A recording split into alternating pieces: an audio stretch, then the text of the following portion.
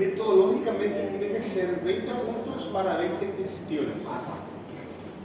Pero el problema es justamente eso, porque tenemos varios temas y a veces los alumnos se molestan porque estudian la mitad del capítulo del libro para 20 puntos.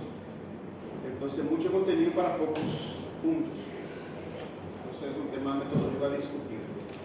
Yo solía hacer, generalmente, valía medio punto, que era mejor. Yo estudiaba más cuestiones, más oportunidades de acertar. Errar un punto ya es menos un punto. Pero se cambió todo. Bueno, hoy vamos a ver episiografía, episiotomía y vamos a ver después puerperio. Lembrando que essa matéria de hoje é no P2. Sí, dejamos muy claro que el examen es hasta parto pelviano, ¿sí? Solo eso. No, agora a gente pegou o que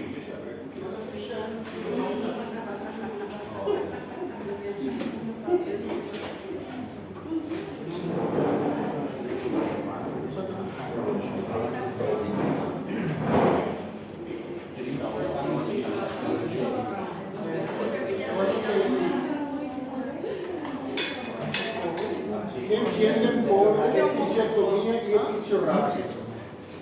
Un ratito, doctor. Sí, cómo no.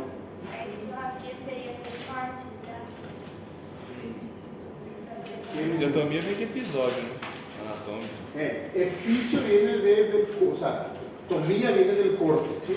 Y epicio viene de la región de la vulva. Ese es el famoso pique que vocês conhecem. Tá? O nome médico, a terminologia médica é episiotomia. No sé si tiene otra traducción específica en portugués, pero acá decimos episiotomía. En Brasil también. Também, professor. La corrección de ese corte se llama episiografía. ¿Sí? Episiografía. ¿Perfecto? Entonces, es una incisión realizada en el introito vulvar, ¿verdad? En el peritoneo, que abarca generalmente, obviamente, piel, mucosa y tiene que abarcar la parte muscular del perineo. Se hace con una dirección, una extensión y una profundidad variable, dependiendo de la persona que va a realizar ese corte. Puede ser un corte un poco superficial o puede ser un corte bastante profundo. ¿Cuál es el objetivo? El objetivo es ampliar el canal de parto, ¿verdad? Y facilitar la salida de este feto durante el trabajo del parto. Se considera un parto operatorio. ¿Perfecto?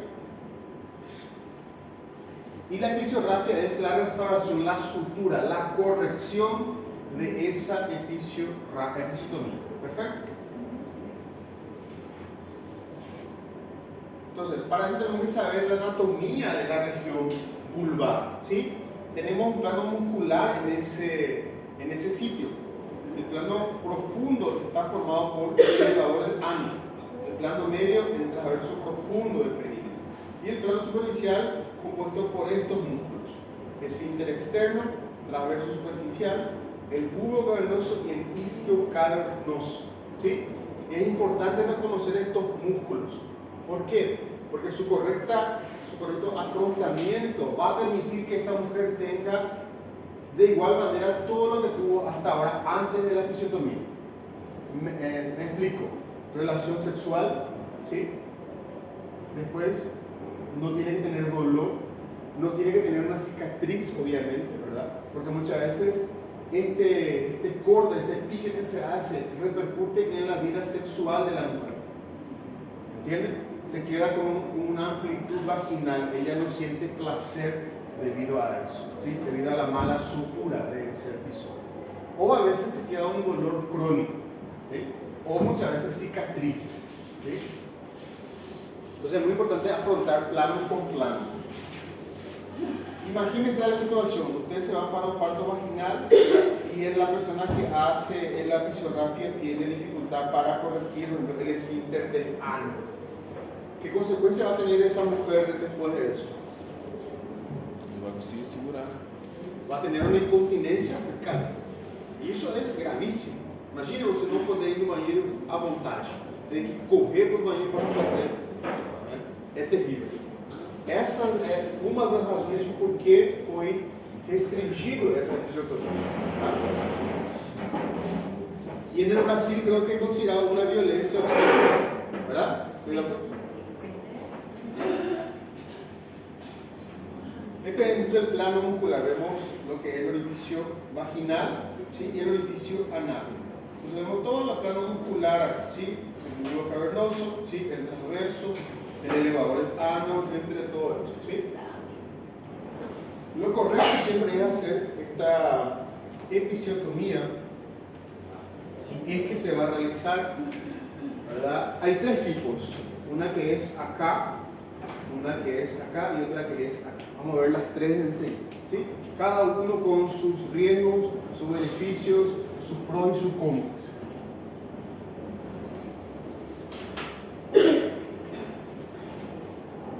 Las ventajas: abrevia el periodo expulsivo, ¿sí? Permite una incisión limpia y recta, a diferencia del desgarro, por ejemplo. El desgarro nos va a dar una superficie que tiene unos bordes irregulares. La episiotomía te va a dar un borde recto, ¿verdad? Que mejora la sutura. Difícilmente, por ejemplo, esto vamos a suturar de forma correcta. ¿Ok? Profilaxis para desgarros perineales. Permite el control, la dirección, la extensión y la profundidad de la lesión. Eso lo vamos a evaluar de acuerdo a nuestro efecto. Si es muy grande, probablemente ese efecto va a desgarrar, ¿sí? O si la vulva no está bien preparada, probablemente va a desgarrar. ¿Cuándo vemos eso? Y cuando evaluamos a la paciente el momento de pasarle a la sala de parto o a la cama de parto, ¿sí? Até quanto centímetro de incisão, doutor? Até quantos centímetros de incisão? Todo va a depender del tamaño del feto. Pero ten en cuenta que si haces muy profundo, o te vas a ir en la profundidad de la pelvis. A más profundidad, más riesgos. ¿Sí? Y profilaxis para futuro descenso de órganos genitales, colpoceles y toceles. Esto hablamos de los famosos prolapsos, ¿sí? Se calcula que con un parto vaginal tiene unos 20 a 25% de frecuencia de aparición de prolapsos en la vida por menopausia. Eso por un parto, y por dos, y por tres, y por cuatro. ¿Okay? Entonces, haciendo la episiotomía, tenemos una seguridad de este descenso de prolapso. ¿Sí? ¿Una pregunta? Indicaciones.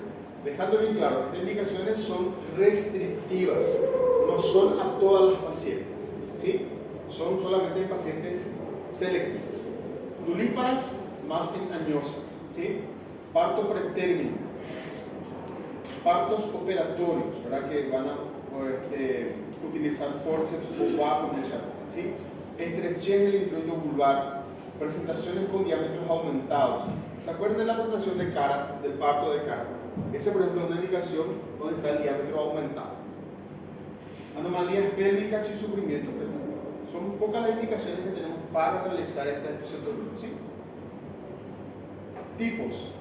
Tenemos entonces una que va media, que va acá, hacia abajo, en dirección del ano, ¿sí? Episiotomía medio lateral, ¿verdad? Que es esta. Y lateral, que es directamente esta. Entonces son tres tipos las efectuadas. Puede ser del lado derecho o del lado izquierdo de la paciente. Todo va a depender de la mano del operador. Quienes son diestros prefieren el lado derecho y quienes son zurdos prefieren del lado izquierdo. Pero eso todo va a depender de la habilidad. Entonces acá tenemos esta y esta. Cada uno con su ventaja y desventaja. Acá vemos el exacto momento donde se debe hacer la episiotomía, si es que se va a realizar.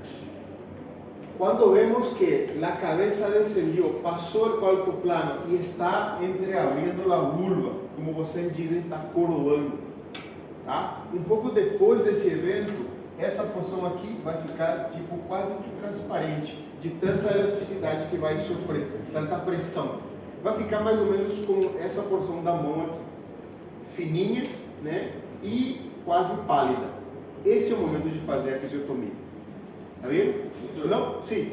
É média lateral, média Não, pela imagem, pela imagem. Este es lateral, este es medio lateral y este es medio. ¿Sí? Muchos hacen la episiotomía cuando el feto está todavía allá arriba, cuando falta todavía el proceso de descenso. ¿Qué le puede pasar a essa paciente si se hace así?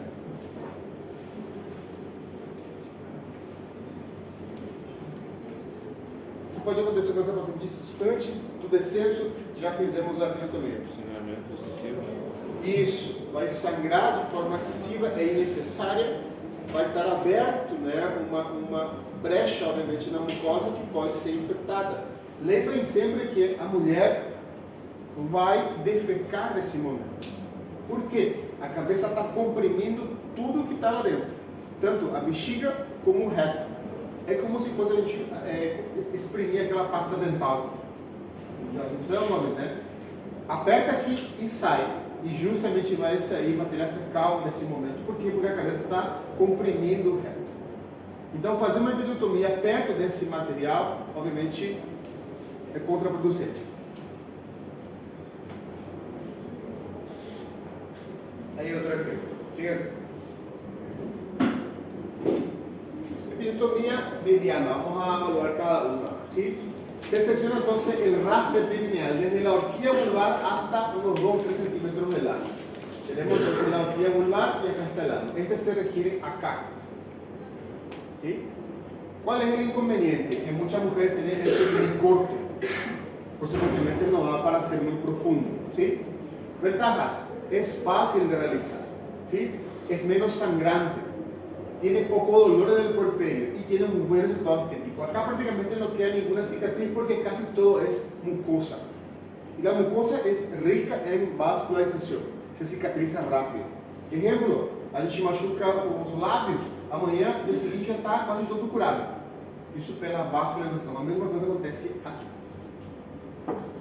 Só que também tem desvantagens. ¿Ah? Como acá pueden ver, se compromete el esfínter anal si es que se extiende de forma demasiado, ¿sí? Se extiende, no sé, agarra el esfínter.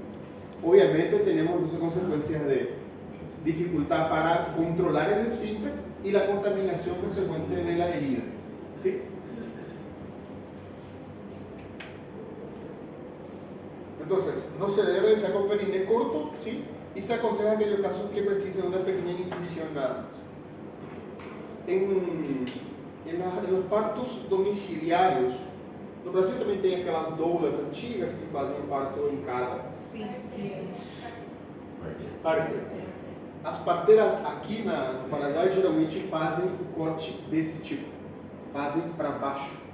E fazem com o gilete. Já vi.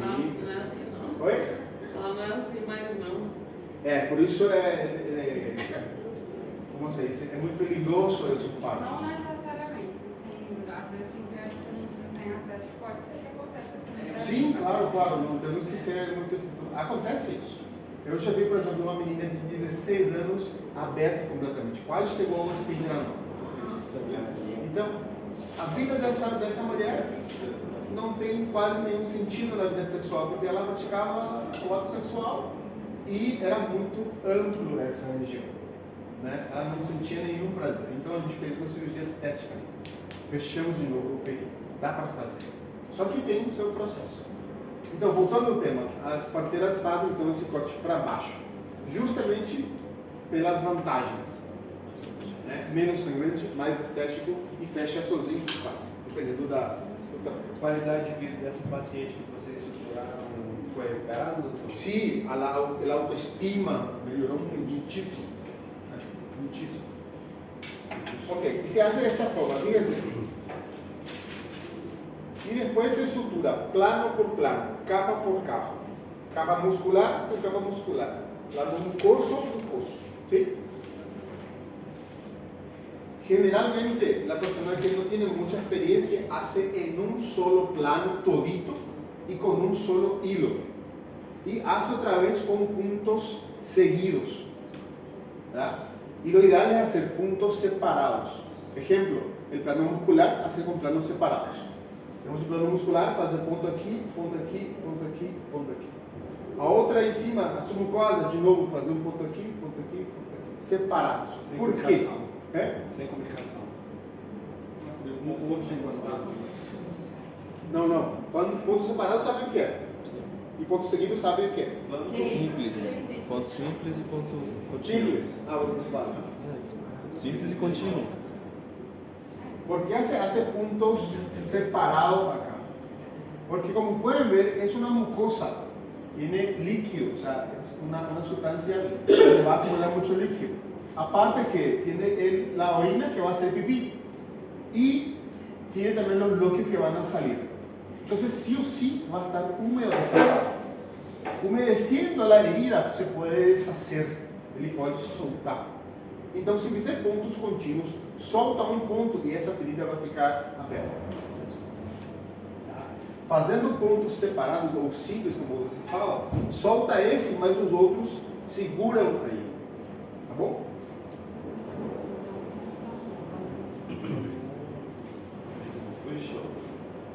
Passemos a outra, que é a medio-lateral. Parte entonces de la horquilla vulvar dirigiéndose de forma oblicua hacia la lateral, ¿sí? Y va más o menos entre 4 a 5 centímetros, eligiendo hacia el lado derecho o izquierdo. Se seccionan haces del músculo elevador del ano, ¿sí? Es más sangrante que la episiotomía media, ¿sí? Tiene más dolor del puerperio, ¿sí? El resultado estético, si bien es mejor de la lateral, pero deja una pequeña cicatriz. Y se aconseja realizar esta, ¿verdad?, por evitar complicaciones como extensiones de la episiotomía. Y se sutura obviamente de la misma forma. Fíjense, es situada en forma oblicua, alejándose de lo que es la región anal, ¿sí? Entonces, esta es la más practicada hoy en día, ¿sí? Porque no es ni esta ni esta. Esta causa mucho dolor y mucha cicatrización. Si ustedes perciben, el labio menor viene más o menos hasta acá, pero acá ya está bien finito, bien cortito. Entonces la cicatrización es también bastante buena, vamos a decir así. Y de nuevo se hace plano por plano. Eso no va a cambiar en ninguna de las episiotomías. Se hace plano por plano y si es posible puntos simples o separados. Fíjense, esta es la comparación entre la línea media y la media lateral. La reparación quirúrgica es más fácil en la línea media. Es un poco más difícil en la media lateral. Cicatrización es rara, de forma defectuosa en la línea media y más frecuente en la media lateral. El dolor es mínimo en la media, pero frecuente en la media lateral. Resultados anatómicos excelentes en la línea media y ocasionalmente defectuosos. Depende de las técnicas, ¿sí?, de los puntos, de la forma como que el cuerpo también reacciona a ese evento. Pérdida de sangre menor en la línea media, mayor en la media lateral. Dispareo viene a ser el dolor durante la relación sexual. Entonces es rara en la línea media y ocasional en la media lateral. Extensiones son frecuentes en la línea media e infrecuentes en la media lateral. Entonces cada una tiene su ventaja y desventaja. Pasemos ahora a la episiotomía lateral. Esta sí que no se practica, ¿sí?, pero igual damos en forma didáctica. Entonces la incisión es entre el 1/3 inferior con el 1/3 medio del introito vulvar, literalmente en la forma lateral de la vulva, ¿sí?, en la hora tipo 9 o hora 3, tomando en cuenta el reloj. Bueno, tiene inconveniente de que lesiona el bulbo cavernoso y la glándula de Bartolini, ¿sí?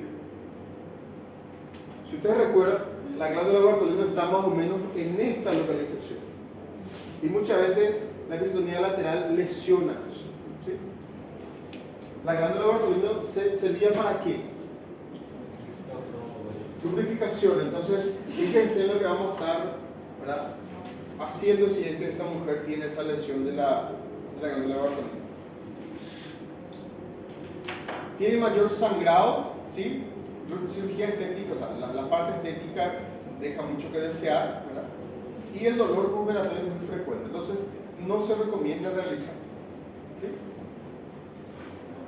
¿Cuál es el mejor momento para realizar la episiotomía? Ya habíamos hablado, ¿verdad? Cuando la presentación está pasando o está llegando al cuarto plano del coche, ¿sí? Cuando esta vulva está sufriendo un abombamiento o una entreapertura. La incisión precoz, obviamente, será más sangrante y abre esa herida para cualquier tipo de infección, como dijimos, ¿sí? La incisión tardía resulta ineficaz, ¿verdad? ¿Esta cuál es? La mediana. Vamos a usar la técnica de episiotomía. Tenemos que tener una analgesia, ¿sí? Generalmente puede ser la epidural, puede ser la raquídea o también puede ser local. ¿Cuál es el medio que anestesiamos en este evento?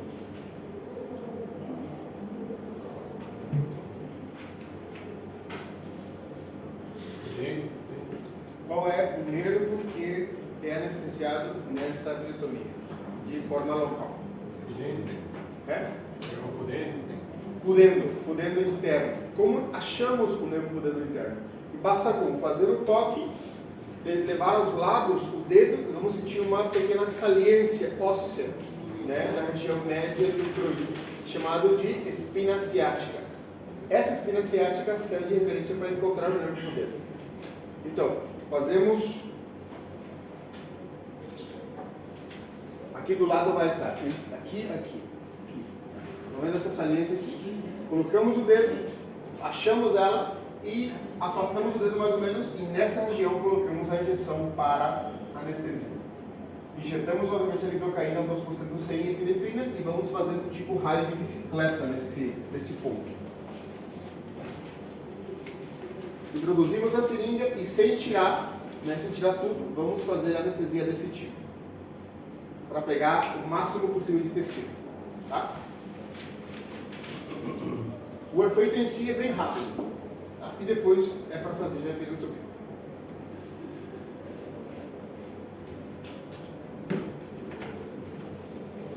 La incisión debe ser realizada con tijera recta, larga, ¿verdad? Y con punta roma, obviamente para no lesionar cualquier tipo de tejido que esté por fuera, incluso la cabeza fetal. Siempre se protege con los dedos índice y medios, es decir, se coloca los dedos acá, se entreabre y acá cortamos. ¿Sí? Se no caso, episiotomia no caso, só o ginecologista que faz. Não, qualquer pessoa que está atendendo o parto e que tiver necessidade pode fazer. Pode fazer. Geralmente você faz para você. O que passou?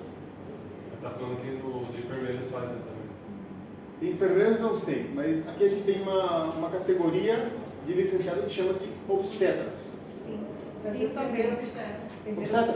Essa pessoa pode fazer.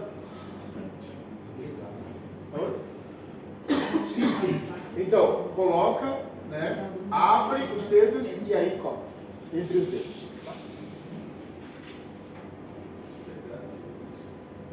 De esta forma, fíjense, dedo índice y el otro se entreabre y ahí se corta.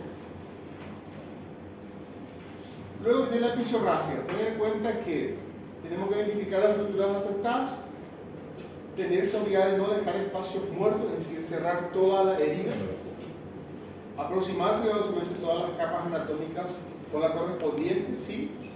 Para evitar el prolapso y la dispareunia consecuente. Entonces, capa por capa. Generalmente, esta es la herida. Identificamos dónde hicimos, abrimos, vemos la brecha, hay un vaso sangrante y nos vamos más o menos 1 centímetro arriba del inicio de la episiotomía. Y acá comenzamos a hacer el punto, un punto de seguridad. Y después nos vamos acá para cerrar paso por paso. ¿Entendido? Esta porción de la mucosa incluso puede ser cerrada con puntos subcutáneos. ¿Conocen los puntos subcutáneos? Aquel donde no aparecen estos puntos. Vamos acá, entre la piel y la mucosa. Y cerramos. ¿Cómo se llama ese punto en portugués? Intradermo. Para deixar mais estético. Bueno. ¿Cuál es el momento para realizar la fisiorrafia? Y luego del alumbramiento, ¿verdad? Previa a la emisión de oxitocina, donde favorezca la retracción uterina y evite el sangrado, porque la sangre va a incomodar en el momento de hacer la sutura. En cuanto a la revisión de canal de espanto y la sutura de pared vaginal, tenemos que sí o sí, antes de suturar, certificarnos de que la placenta salió de forma completa y si es momento, realizar el curaje manual.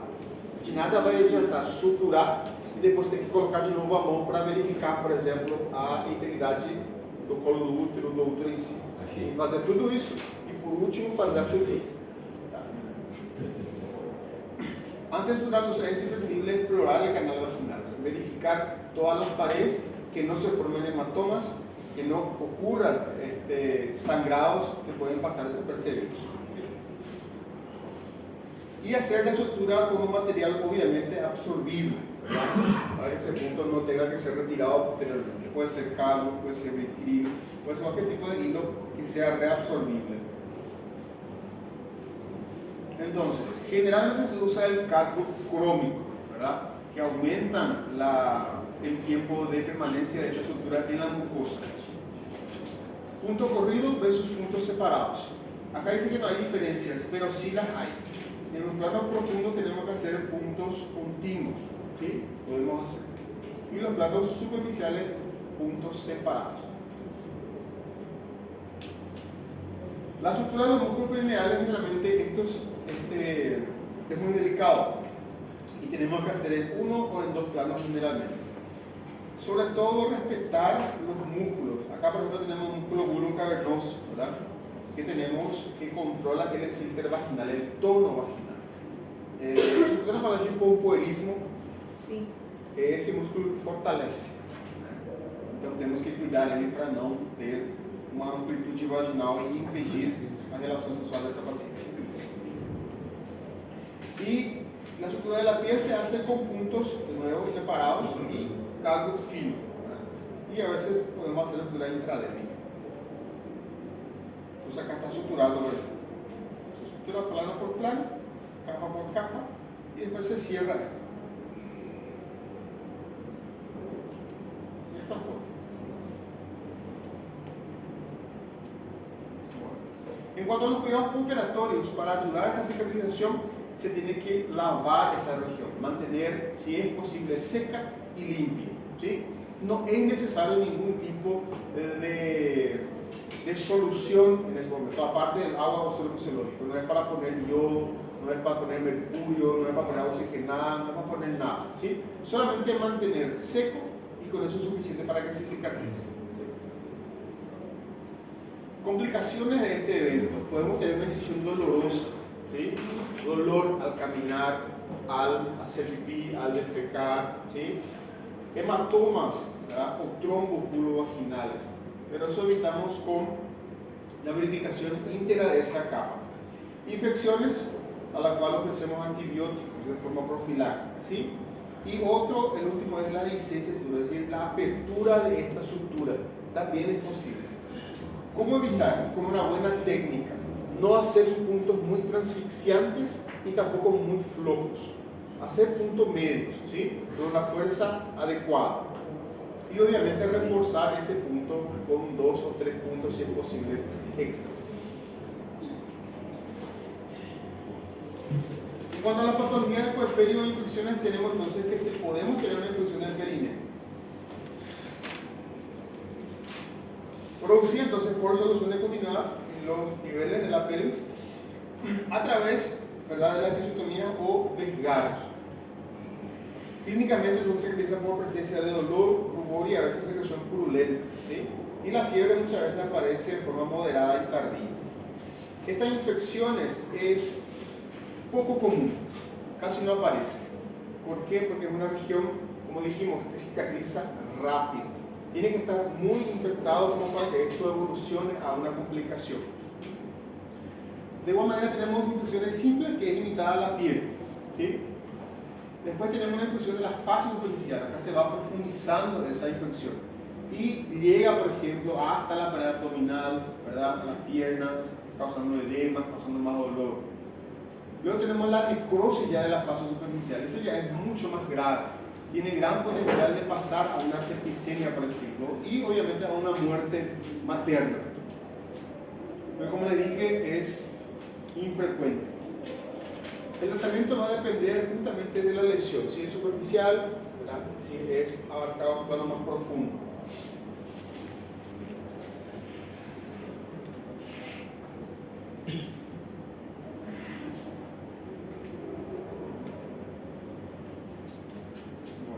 ¿Alguna duda respecto a la episiotomía o episiotomía?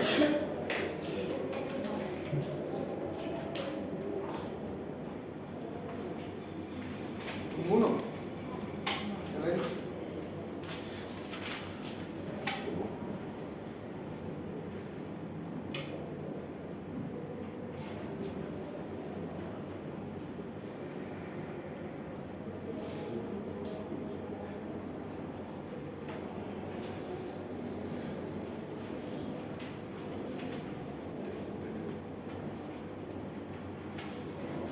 Hablemos entonces del puerperio. ¿Qué entendemos como puerperio?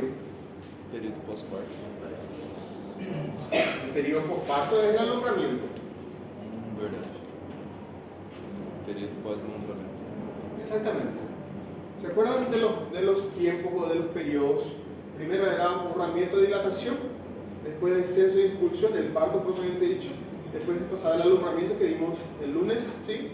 Y por último viene el puerperio. Al salir la placenta comienza el puerperio, ¿sí? ¿Hay un nombre específico del puerperio en portugués? Puerperio. Definición entonces. El periodo en el cual se produce entonces el organismo materno una involución progresiva de todo lo que pasó en el embarazo. ¿Se acuerdan de las modificaciones que ocurrían en el embarazo? Modificaciones generales, locales, sistémicas. Todo eso va regrediendo, va retrocediendo en este periodo, ¿sí? El único órgano que evoluciona en el puerperio, ¿cuál es?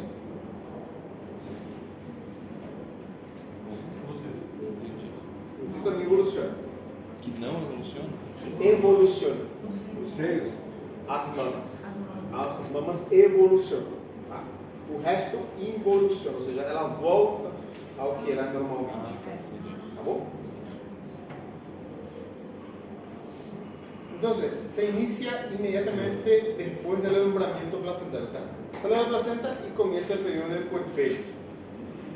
Y se extiende a lo largo del tiempo, semanas, meses y algunos incluso hablan del año. ¿Sí? Hasta que todo el organismo de la mujer, ¿verdad?, recorre las condiciones normales. Entonces, transcurre desde el alumbramiento hasta que el estado normal de la mujer organismo adquiera su condición antes. Puerperio viene de puer de niño y perere de parir, es decir, parir de niño. Pero como vimos, depende de la placenta enteramente, no del niño. Bueno, otro nombre que van a recibir o que van a escuchar es famoso cuarentena. Acá en Paraguay solemos usar ese, cuarentena. ¿En Brasil también? Resguardo. ¿Puede ser? Resguardo.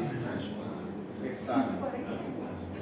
Algo resguarda a questão da mulher esperar aquele período para ter relações e tudo mais, né? Pelo menos foi assim que eu fiz. Ah, eu entendi que é resguardo de puerperio também. Não. Não é? Não. 40 dias depois da gravidez. Isso é quarentena então? Então, não fazerem um exercício de grupo, não É a fazer mesma relação coisa. sexual, essas coisas. É a mesma coisa. Hã? Aqui tem tipo uma crença que a mulher puerpera, aos 40 dias, ela tem que ficar com a cabeça amarrada com um pano. Nunca viram? Não lembro, né? É, para evitar tipo uma loucura. Nunca viram? E, não lava o cabelo. 40 dias? Sai fora. É que antigamente, né, tem até agora um episódio de puerpério, né, com um transtorno psiquiátrico, né, que é a depressão, né, um transtorno bipolar, outra, né, literalmente. Mas isso tem relação Brasil também. Quebra de resguardo, geralmente a mulher fica. Sim, e as avós, por exemplo, estou falando da geração antiga, né, 2 gerações atrás, elas não deixavam que as mães saíssem sem enrolar a cabeça, né? E famoso com meia. Sempre vocês vão ver. Meia e cabeça. A casa dice para evitar el tabardillo. Tabardillo. ¿Algún paraguayo que te escuchó? Tabardillo, tipo, uma loucura desse momento. Vai saber. Son regionalismos, ¿verdad? Bueno, vamos a dividir este puerperio en horas, días y semanas. Llamamos puerperio inmediato o una puérpera inmediata a la mujer que está en las primeras 24 horas postparto. ¿Sí? Pero recuerden, postparto se refiere al evento de salida de la placenta. Tá? Lembra da indígena que eu mostrei da foto? Essa é uma puérpera ou não é uma puérpera? Não. Não é? Não é. Tá. Então, ao sair essa placenta, ao tirar a placenta, aí começa o puerperio dela. Tá? Puerperio inmediato abarca entre 7 a 10 días, ¿verdad?, después de ese evento. Alejado hasta los 45 días, ¿verdad? Esse é o famoso quarentena ou resguardo, como você diz. Geralmente tem um retorno menstrual. Geralmente. E também tem um sangramento do leito placentário. Esse geralmente é por causa da amamentação? Ya vamos a hablar enseguida de la amamentación, que es muy delicado. Y después tenemos el tardío, que abarca hasta los 60 días, ¿sí? Y algunos hablan incluso de 9 meses postparto. ¿Está bien? ¿Cuál es la complicación en este puerperio inmediato que ustedes pueden deducir? Hemorragia pós-parto. Hemorragias. Hemorragia es lo más frecuente. Hemorragia o sangrado. ¿Sí? ¿Cuál era la causa de hemorragia que vimos? As famosas 4 T's que tínhamos falado. Tono uterino. Tono.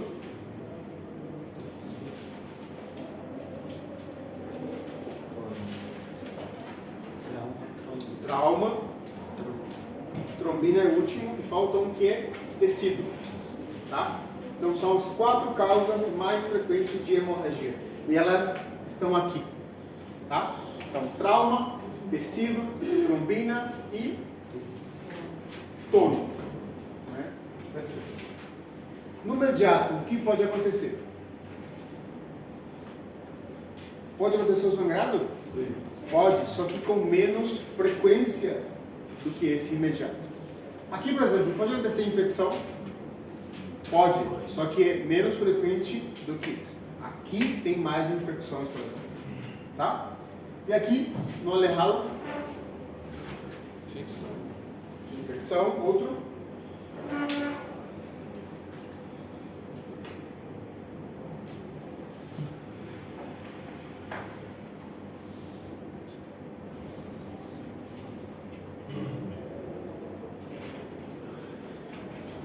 Outra complicação.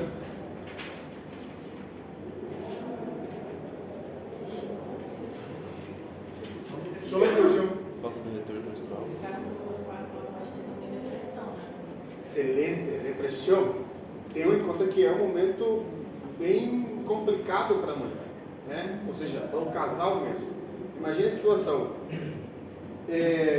Um casal que antigamente ia em festas, bebiam com os amigos, churrasco. Veio ver isso, muda tudo. Não dorme mais, acorda de madrugada, tem que comprar fralda, ou seja, não é uma coisa fácil. Para o casal é difícil, mas mais difícil é para a mãe, né? É uma mudança muito brusca. E se ela não está preparada, a depressão ela pode aparecer, tá? Inclusive com... Principalmente quando esse bebê tem aquele período de cólica. Sim. E a adaptação só tem média 3 meses. Exactamente. Gracias por la aclaración. Y en el tardío, ¿qué complicaciones pueden surgir?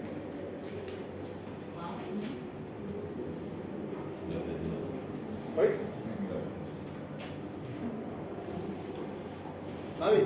Rigidez, doutor? Sí. Disminución o la tendencia del libido. O lo contrario, un embarazo de nuevo, por ejemplo. Eso es una complicación. ¿Sí? Imagina, tem um bebê aqui e outro aqui. Pior que é bem complicado, Es común. Es común. Vamos a hablar enseguida de eso. Bueno, el periodo tardío está asociado con el concepto de mortalidad tardía, ¿verdad? Abarca 375 días por eventos obstétricos. Esto es un tema de muertes maternas. No Brasil deve ter também um programa de 0 mortes maternas, né? Tem a ver com isso. Bueno, entonces involución por el concepto es el único proceso donde involutivo, donde hay un evento catabólico, ¿verdad? Donde el organismo gasta energía y es un evento fisiológico para volver a lo que era antes del embarazo. Eso ocurre también en el útero. ¿Se puede retirar si van a hablar, chicos? O pasen acá. Entonces, es un evento involutivo. Él regresa otra vez a su estado normal, exceptuando las mamas como habíamos comentado. Y las complicaciones pueden alterar este proceso. Gracias, doctor. En condiciones normales, entonces no aparece, ¿sí? Hay que señalar que la involución total ocurre mismo sobre la base de fenómenos locales generales, destinado a la involución de órganos, por ejemplo, el útero, del tamaño que llegaba, él va a involucionar hasta llegar a un tamaño previo al embarazo, ¿sí? Igual la sangre, igual la orina, igual el sistema unitario, igual el sistema urinario, todo. Entonces, esta evaluación debe ser hecha también por la persona que recibe a esa puérpera. Hay que evaluar la forma, el aparato genital, toda la clínica y las mamas también de esa paciente. Vamos a detenernos en el útero. ¿Qué tiene? De una altura de más o menos 30 centímetros en el posparto inmediato, después de 24 horas él va a ir teniendo una involución. ¿Qué pasa si le digo que una paciente que tuvo ayer su parto tiene su útero acá? ¿Es normal o no? Sí. Es normal, ¿verdad? Va a tener un tamaño todavía del primer día. Pero ¿qué pasa si ese mismo tamaño vemos en comparación a una mujer que ya parió hace 15 días? Eso no puede ser. Entonces tiene que ir descendiendo de acuerdo a los días, hasta llegar de nuevo a ser intrapélvico. ¿Qué se les ocurre a ustedes que el útero no involuciona correctamente? Por exemplo, a gente encontra uma mulher que pariu 15 dias e o útero está aqui, entre o umbigo e a síntese pública, nesse nível. Oi? Alguém disse alguma cirurgia? Perfeito. O útero, em relação ao parto vaginal e ao parto cesárea, a cesárea, ele tem uma diminuição um pouco mais lenta. O do vaginal é muito mais rápida. Mas vejam só, 15 dias para um útero desse tamanho. Não pode. Alguma coisa está dentro desse útero que não deixa ele chegar à pelvis. Pode ser o conteúdo dele que não deixa, por exemplo, o conteúdo de lóquios, pode ser sangue retida, pode ser placenta ou restos placentários ou alguma outra coisa. Perfeito? Doutor, tem como ficar diminuído antes do tempo? No caso, no primeiro dia ali está como no sexto? Porque lá no hospital, lá, quando o doutor estava lá, teve uma mulher que estava tendo hemorragia, né? E ela tinha parido fazia umas 4, 5 horas. E quando eu estava vendo lá, a enfermeira pegou, fez a palpação, né? Falou, o útero dela estava aqui, estava bem abaixo do umbigo. Na formação do globo de segurança de Pinard, ele fica bem baixo, né? Ele fica mais ou menos por aqui, né? Nessa altura, ou um pouco mais em cima. Depois ele vai para cima, ele tem uma relaxação, porque no momento do parto tem muita quantidade de oxitocina, então faz que ele fique muito contraído, então vai ficar baixo. Depois de um tempo ele vai para cima e depois ele começa a regressão tipo gradual. Pode ser isso que aconteceu. Ou o feto era muito pequeno, né? Então o útero não cresceu tudo, cresceu só limitado o tamanho, depois ele saiu e o útero ficou mais pequeno do normal. Pode ser esse caso. Tá? Então você diminui mais ou menos uns 2 centímetros por dia. En el parto cesárea disminuye más o menos 1 centímetro por día, un poco más lento. Entonces, después del parto, el calibre de estos vasos uterinos, como pueden ver acá, estos orificios que están acá son todos vasos sanguíneos. Entonces va disminuyendo hasta el punto de ser previos al embarazo. Este es el miedo de la atonía uterina porque deja estos vasos abiertos, ¿verdad? Lo ideal es que estén colapsados, apretados, sin sangrado, y eso se logra por la contracción uterina.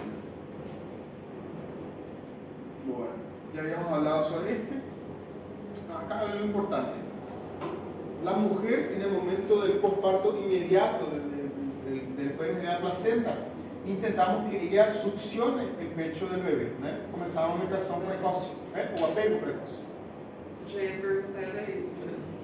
O apego precoce ajuda a quê? A que a mãe secrete oxitocina com a sucção. Isso ajuda também a evolução do útero, né? Então também tem a ver se o bebê mama ou não mama. Quanto mais mama, mais ela vai ter essa contração, tá? E também tem aqui uma coisa que temos que agregar, uma certa dor, um desconforto na mãe com cada amamentação. Já tiveram? É uma cólica que geralmente é um pouco forte. Aqui tem um nome coloquial, chama-se entuerto. Sim? Entuerto. No Brasil também tem? Não. Não? É normal. Isso é normal. Não, é normal, porque pela secreção de ocitocina que faz que esse útero tenha uma leve contração. Isso é a cólica. Mas o nome em si chama aqui entuerto.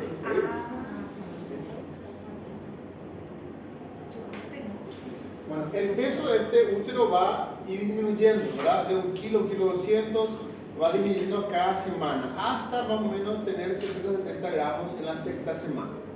¿Sí? El mecanismo en sí es un catabolismo proteico, se va consumiendo energía para la disminución. Y estas fibras musculares que tienen una sola distensión van recobrando su tamaño normal. El endometrio consigo también sufre una modificación, hay un desprendimiento de esta capa superficial, ¿verdad? Que estaba obviamente irrigando la parte de la placenta. Hay necrosis de la capa superficial y esto se va descamando. Esa descamación entendemos y lo vemos como llamados los loquios. ¿Conocen?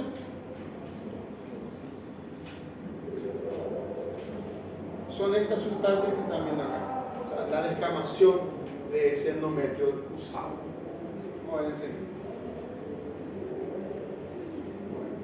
Y después esta capa basal de nuevo regenera al endometrio, pero va a depender obviamente de la influencia hormonal. ¿Qué hormona era que fazia que esse endometrio ficava engrossado? Estrógeno. Ele fica engrossado pelo estrógeno, ele se mantém engrossado pela progesterona e ele se descama por deprivação ou diminuição da progesterona, tá bom? Esse ciclo, nesse momento, está interrompido. Por quê? Pela prolactina, né?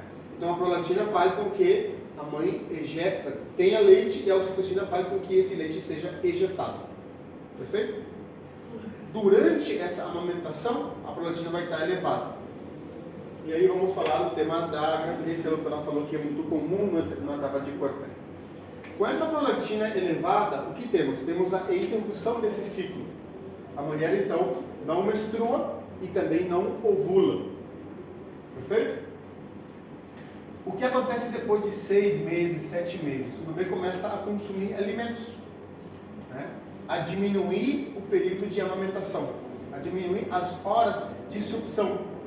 Nessa diminuição, temos uma descida dessa prolactina. E com isso é reativado esse ciclo. Então a mulher pode ovular, mas ela ainda não vai menstruar. Então muitas vezes acontece que a mulher, dando de mamar, ela engravida em seguida e não menstrua. E aí vem, eu não sabia que estava grávida porque eu achava que a menstruação não descia. Acontece que a menstruação é um evento e a ovulação é outro evento.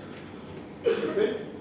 Então aqui vamos ver a famosa escadinha, né, que vemos em las familias generalmente del campo, nas zonas rurais. Doutor, em Fala. qual momento que já é ideal, já está passando para a mulher já o hormônio, para ela não estar engravidando novamente? Famoso. Vou responder. Antigamente era assim. Hã? Antigamente era assim. Sim. Tem A, 20 filhos. la outra vez. O outro é bom. Minha avó tem 18. Em outra aula também eu disse isso, né? Em outra faculdade. Isso é visto na zona rural, mas alguém da zona rural justamente me corrigiu, doutor, isso não é tipo proposital, mas se acontece é bom, porque tem mão de obra. É sério? Ele disse sério? Antigamente era assim mesmo. Hã? Antigamente era assim mesmo. Era Quando a assim, criança né? começava a andar, já levava uma moringa de água lá. Vai pra roça. Pra roça. É, exatamente, é outra explicação, tá? Mas a explicação médica justamente é por isso. Tá? Pero recuerden, esto no es bueno para la mujer. A mulher está se recuperando de um evento e já vai outro, né? Então isso desgasta muito a mão. E o senhor falou também que a aparência da mulher envelhece não lembro quantos anos. Sim, cada parte. sim. Aí Mas, doutor, Fala. uma pergunta de curiosidade. A minha bisavó, por exemplo, teve 18, morreu com 110 anos.